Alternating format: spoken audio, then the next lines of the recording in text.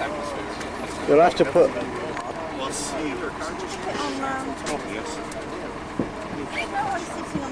on the seats downstairs. Oh, yeah, we'll put that in. Oh, you've got room behind you. Excuse me, is there a bit? There is, yeah.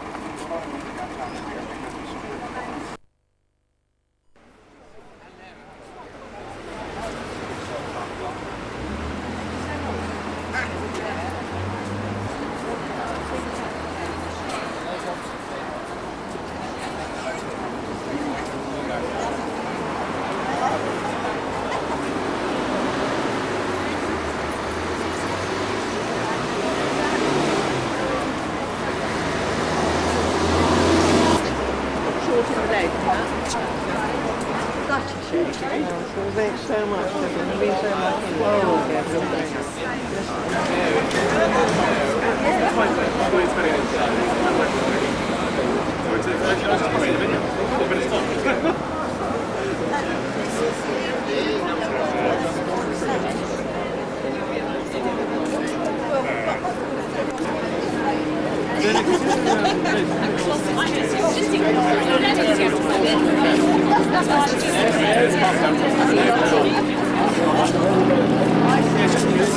Would you come in front of the statue?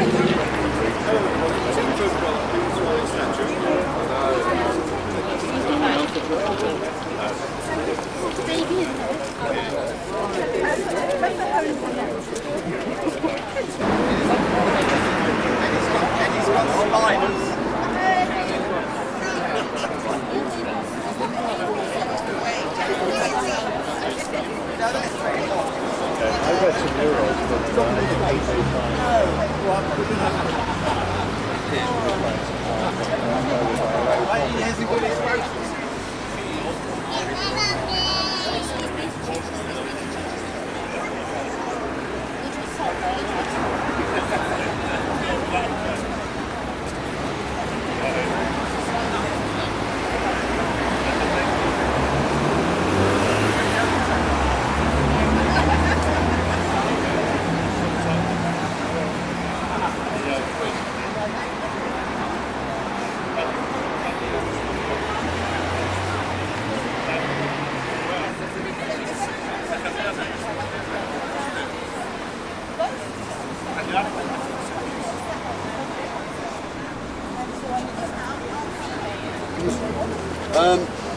I am the curator of the local society, the Conan Doyle Grover establishment, that used to have a museum located in the pub there, then at Gruber's Place. Unfortunately, we've had to move it from Gruber's Place, which included moving all these cameras, lights, jackets and so forth.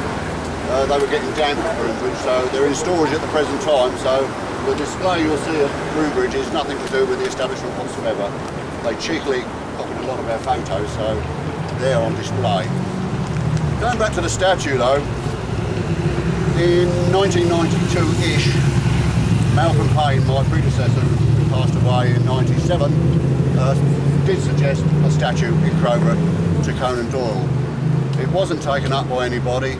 The establishment then was only 20 odd members and we just couldn't raise the funds, and we ended up with a very small plaque located at Terrace Montaggio at the end of the Tesco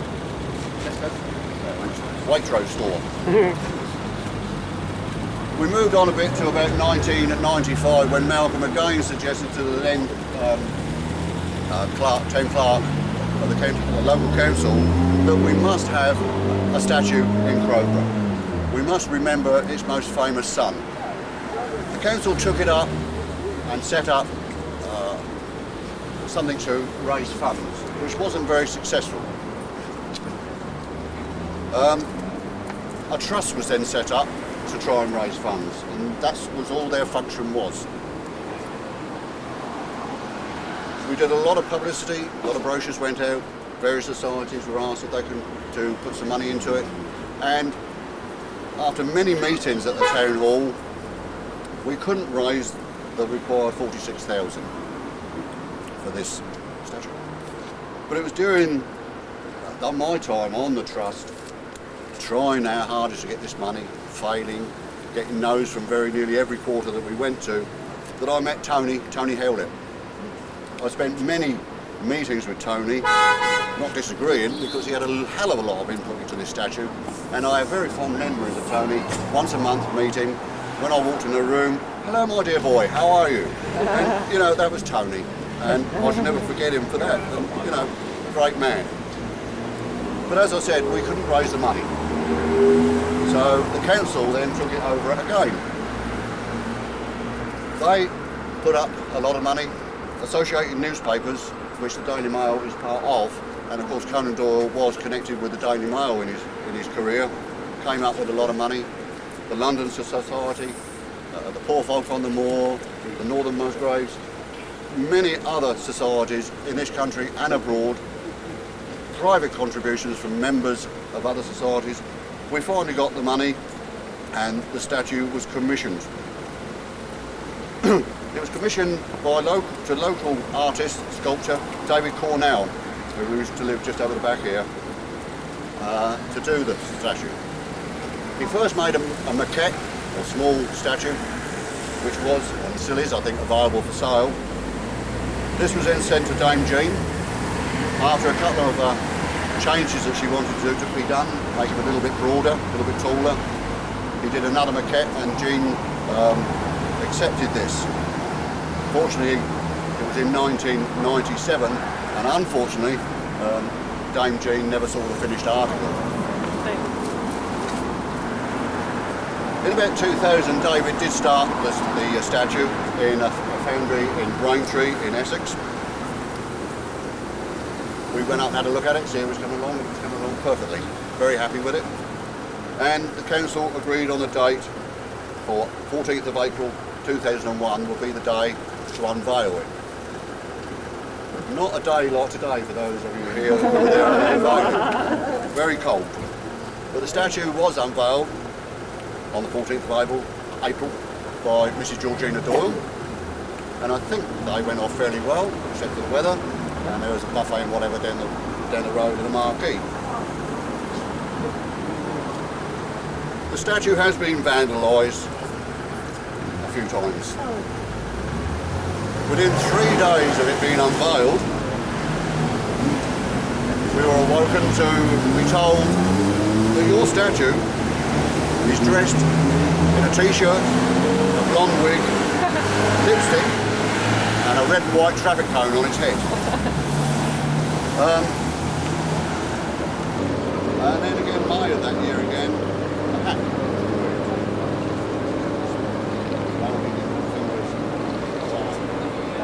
So we used the hat until it became loose, a little bit of well until it came off. And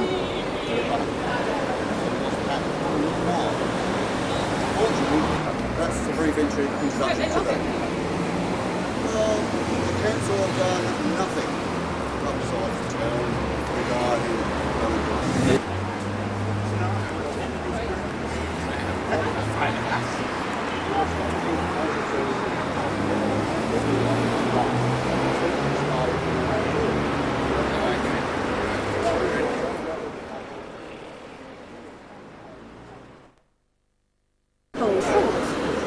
Janet was telling me that on the t-shirt here, the words A.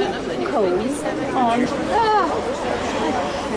Isn't that such a pain? That is quite clever. Well, you can't see it, but apparently on the statue, on the T-shirt, it's written A. Combs on top.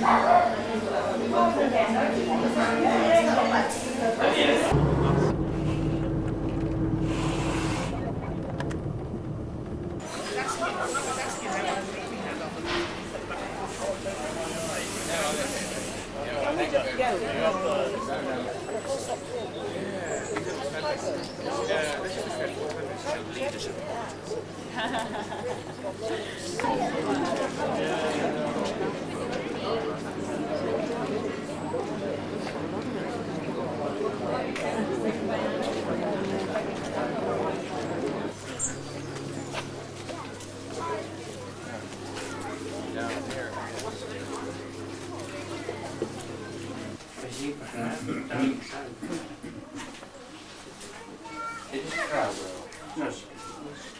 Ja. Maar waar heeft hij hier op gewoond dan? In dit huis? Nee.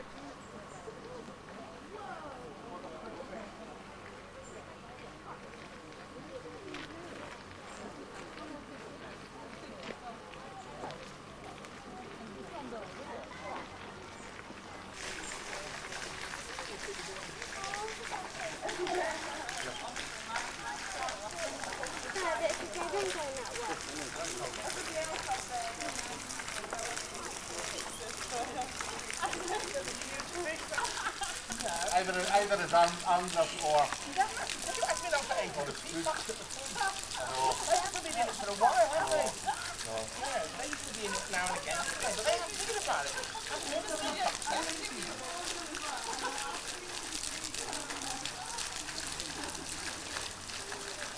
What does it say? What does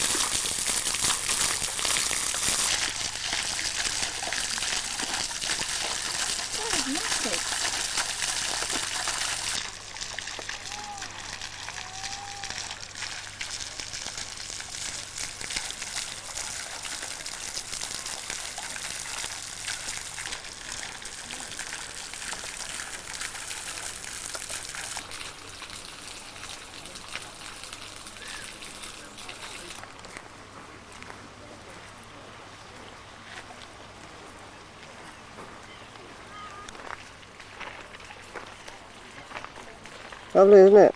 Beautiful.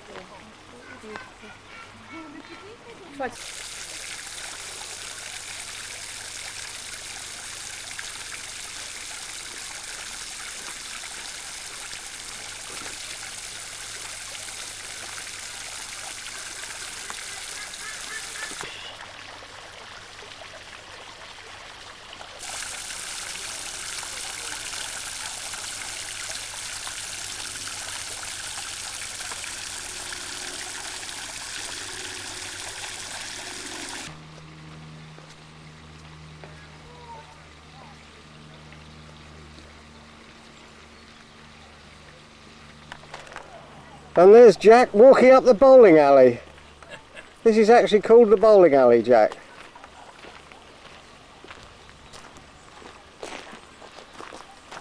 Oh. His voice. Ah. You know, they did a play of that in London.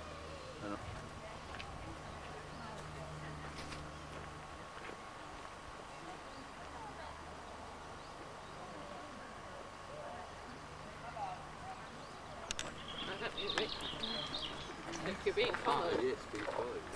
Sounds like the wrong angle. That's how it has here.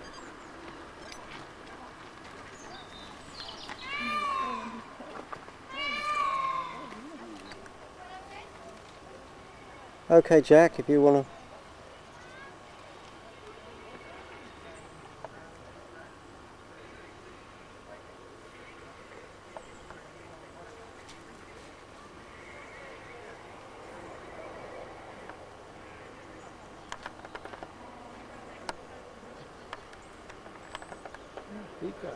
Aha.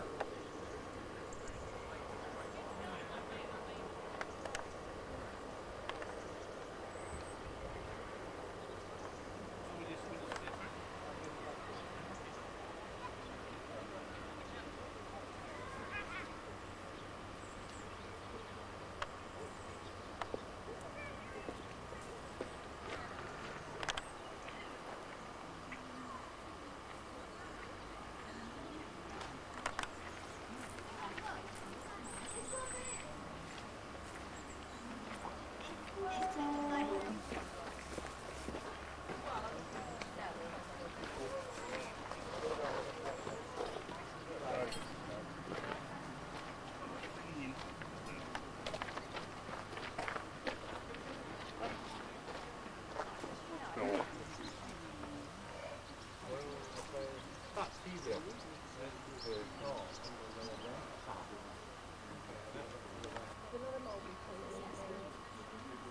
I think there are. I mean, I think. Oh, I'll get a clearer shot of the house, I should think, in a minute, but you get a different angle this way.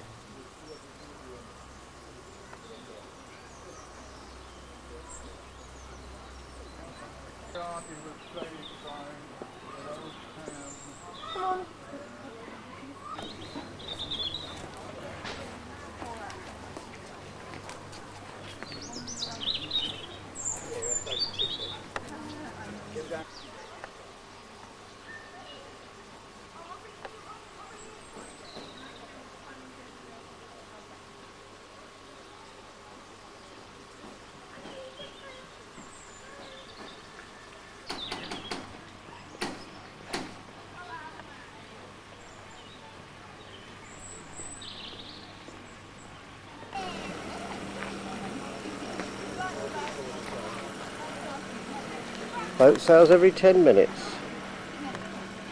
£1.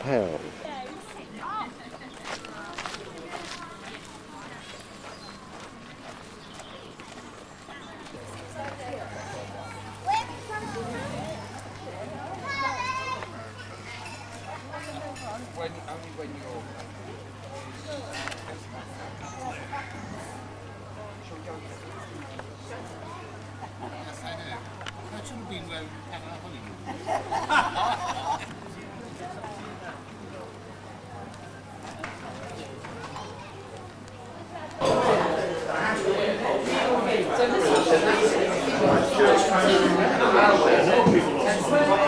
The Master of the Guild estate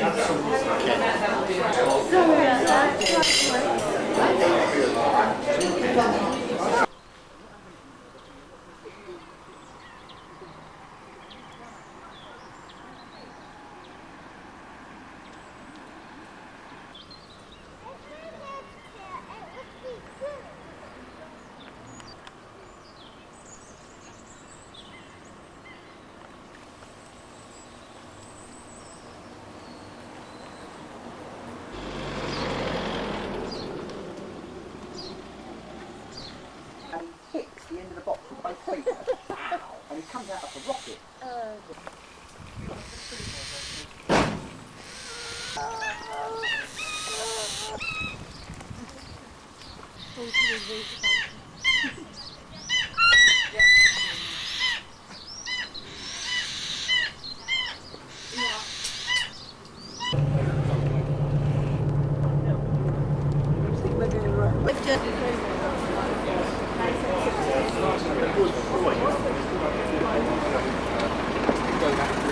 Coming down? Yeah, Salt coming off as well.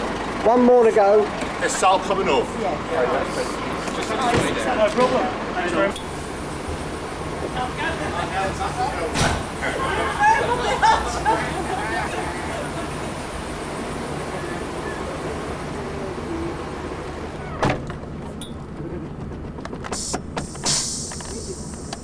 Sal certainly he's flying back.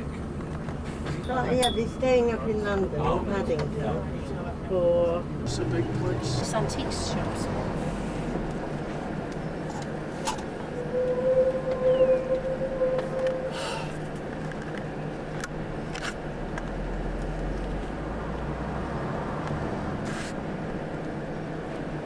Plenty of cafes and brasseries.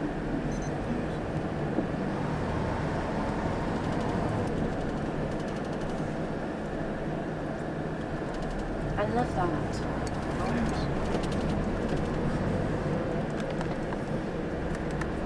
It's like the old French town.